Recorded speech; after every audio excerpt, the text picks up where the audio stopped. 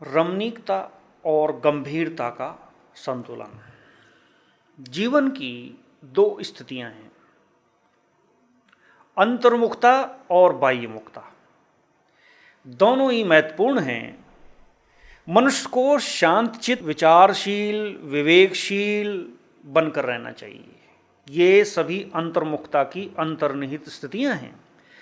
दूसरी ओर मनुष्य को कर्मठ, कार्यकुशल, क्रियाशील, व्यवहार कुशल, प्रसन्नचित्त मन स्थिति वाला, सदाचरण वाला, सद्गुणी होना चाहिए। ये सभी आत्मा की बाह्यमुखी स्थितियां हैं। अब अगर विचार करें तो प्रश्न उठता है कि पहले कौन सी स्थिति का होना जरूरी है, पहले अंतर्मुखी या पहले बाहरमुखी?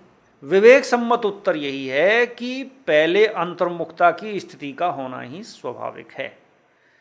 बिना विवेकशील, विचारशील और शांत चित्त हुए कर्म व्यवहार की सभी अपेक्षित स्थितियां अपने अभद्र रूप में ही होंगी। इसलिए प्रथम स्थिति अंतर्मुखता की स्थिति से ही द्वितीय स्थिति का निष्पादन हो, यही यथार्थ है। ठीक इसी प्रकार से गंभीरता और रमणीकता के दोनों ही गुण महत्वपूर्ण हैं। अपनी अपनी जगह दोनों का महत्व है। गंभीर स्थिति का विवेकशील, विचारशील और शांत चित्तता से तुलना कर सकते हैं। रमणीक स्थिति का व्यवहारिक जीवन से तुलना कर सकते हैं। गंभीरता बहुत हद तक व्यक्तिगत है और रमणीकता बहुत हद तक व्यवहारिक है। व्यक्ति व्यक्तिगत भी है और व्यवहारिक भी है, इसलिए दोनों ही गुण जीवन के लिए अपेक्षित हैं। रमणीकता की वास्तविकता क्या हो सकती है? जीवन की स्वाभाविकता के लिए तन और मन दोनों का स्वस्थ रहना बहुत आवश्यक है। यह सच है कि रमणीक स्वभाव तन और मन दोनों को स्वस्थता प्रदान करता है। प्राय मनुष्य निराश, उदास, भयभीत और तनावग्रस्त दिखाई देते हैं। प्रसन्नता और रमणीकता उनसे कोसों दूर चली गई है।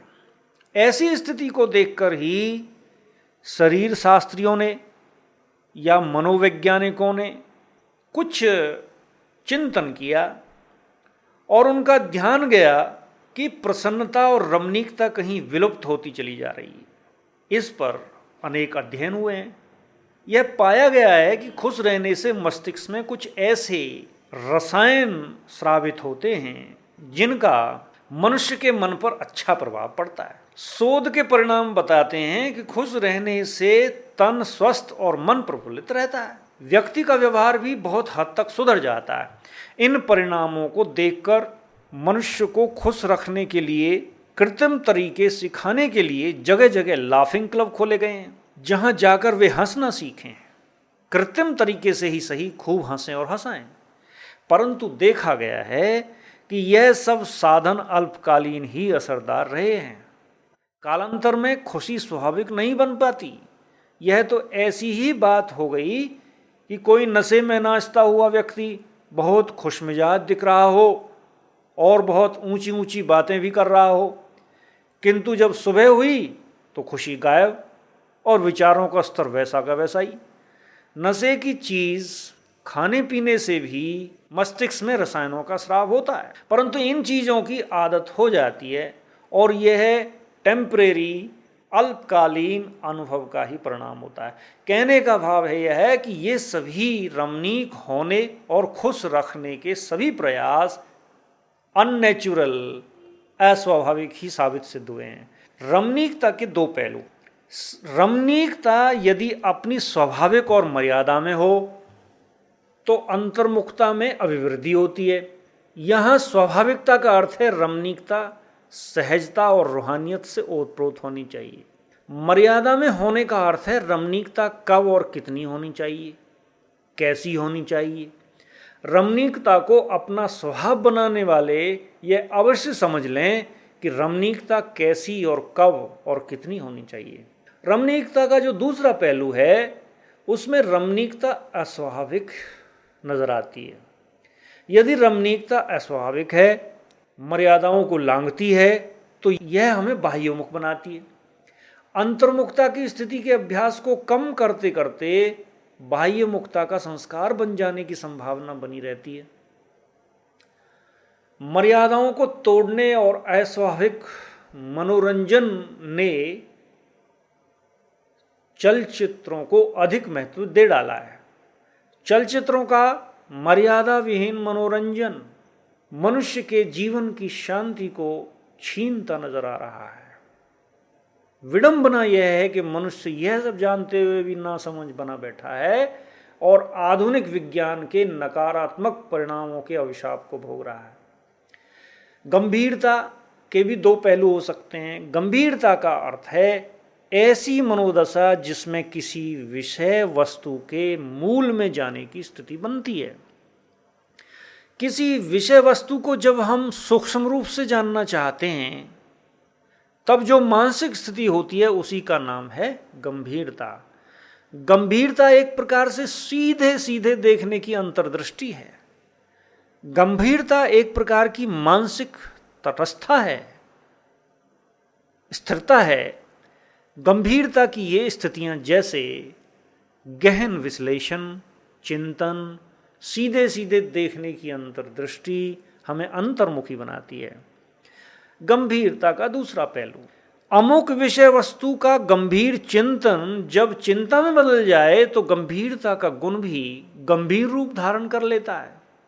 गंभीर चिंतन की मनोदशा का असर अगर मस्तिष्क पर नकारात्मक होता है तो गंभीरता का गुण अवगुण में बदल जाता है और विषम स्थिति बन जाती है। इस प्रकार की गंभीरता में निराशा, अवसाद और मनोरोग घेर लेते हैं।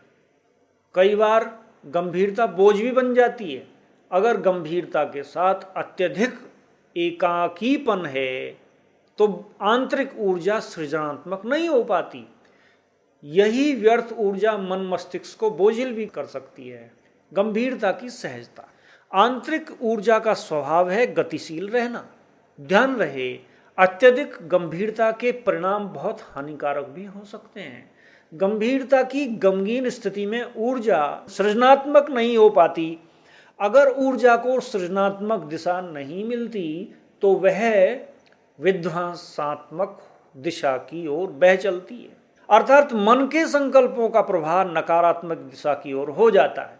इसलिए मन को नियंत्रण करने के लिए गंभीरता पूर्वक अभ्यास करने के साथ साथ अत्यधिक गंभीरता की स्थिति से ऊपर उठे रहने की आवश्यकता होती है। गंभीरता ऐसी हो जो हमें उन्नति की ओर ले जाए। गंभीरता अंतर जगत के विराट स्वरूप का दर्शन कराती रहे। गंभीरता में आंतरिक रमणीकता समाई हुई हो और गंभीरता की सहजता को हम कर्मयोगी जीवन में और योगी जीवन में भी अपना सकते हैं। योग का अभ्यास शुरू करने वाले नए पुरुषार्थियों की प्राय दो अवस्थाएं विशेष देखने को मिलती हैं। पहली, या तो वे अधिक भावुकता के भावावेश में आकर योग अभ्यास करते हैं या अधिक गंभीर होकर हठ क्रियाओं की तरह योग अभ्यास करते हैं। उनकी अपनी भावावेश में या हठ धर्मी स्थिति की गंभीर अवस्थाओं का असर उनकी संपूर्ण जीवन शैली पर पड़ता है। उनके स्वभाव की शुष्कता यह दर्शाती है कि वे अध्यात्म के संतुलन पर समुचित रूप से ध्यान नहीं दे पा रहे हैं। योग एकाग्रता का विषय बड़े संतुलन का विषय है। कर्म योगी को तो सदैव बड़े संतुलन की आवश्यकता रहती है। अब रमणीकता की नेचुरलिटी पर भी थोड़ा ध्यान दें हम। हंसते हंसते जीवन जीने की कला अच्छी है। स्वयं भी खुश रहें और औरों को भी खुश रखें, यह तो ठीक है। परंतु इतना भी तो ध्यान रहना चाहिए कि हमें अपना आंतरिक चैनल चेंज भी करना है। अपने ध्यान का, पुरुषार्थ का, मन का रुख बदलना भी है। कई बार ऐसा देखने में आता है कि लोग रमणीक हैं तो इतने रमणीक कि गंभीरता का नाम निशान नहीं होता। स्थिति यहां तक बन जाती है कि खाओ पियो और मौज करो की मान्यता मन में घर कर जाती है। यह ऐसे ही संस्कार बनते हैं और अपने इर्द गिर्द ऐसा ही वायुमंडल निर्मित करते रहते हैं। इस तरह की रमणीकता में साधना कहीं विलीन न हो जाए। साधक रमणीक तो हो किंतु उसमें साधक जैसी रमणीकता भी हो। साधक गंभीर हो लेकिन उसमें साधक जैसी रमणीकता भी हो। साधक रमणीक होता है तो उसमें एक अलग प्रकार के प्रकंपन होते हैं। साधक की सहजता, स्वाभाविकता से उसके कर्मों में एक अजीब उत्साह की झलक दिखती है। कर्म सेवा भाव से करना, कर्मों में निमित्तपन का भाव रखना, समर्पणता से कर्मों को रमणीक बनाना, योग को भी रमणीक बनाएं। मानसिक कल्पनाओं के द्वारा योग को रमणीक बनाया जा सकता है। कल्पनाओं में अलौकिकता को, सहजता को, स्वाभाविकता को अपनाया जा सकता है। कल्पना में स्वयं को एकाग्र करने का अभ्यास करें। सच्चे दिल से विश्व कल्याण के लिए निस्वार्थ भावना से की हुई कल्पनाएं, जो एकाग्र रूप से कल्पनाएं की जाती हैं, वो साकार हो उठती हैं। योग अभ्यास में ये ही अलौकिक अद्भुत कल्पनाएं श्रेष्ठ अनुभव कराती हैं। इस तरह कर्म और योग को रमणीक रूप दें तो अलग से रमणीक होने के लिए समय और शक्ति बच जाएगी। अतः रमणीकता और गंभीरता का संतुलन रखने के लिए जो अधिक रमणीक हैं वे थोड़ा गंभीर हो जाएं और जो ज़्यादा गंभीर हैं वे थोड़ा रमणीक हो जाएं। एक चीज़ और ध्यान देने की आवश्यकता है कि कर्म से ज़्यादा महत्वपूर्ण है हमारा होना। क्रिया से अधिक महत्व स्थिति का है। क्रिया, कर्म अर्थात डूइंग अगर बीइंग में रहकर किया जाता है तो आनंददायक बन जाता है, सृजनात्मक बन जाता है। कर्म को अधिक महत्व देने वाले कर्म व्यवहार में अधिक गंभीर रहते हैं। उनकी यह मान्यता है कि कर्म की गुणवत्ता, उनकी यह मान्यता, जो कर्मठ होते हैं वो कर्म को ही ज़्यादा मान्यता देते हैं और उनकी यह मान्यता कर्म की गुणवत्ता को समाप्त कर देती है।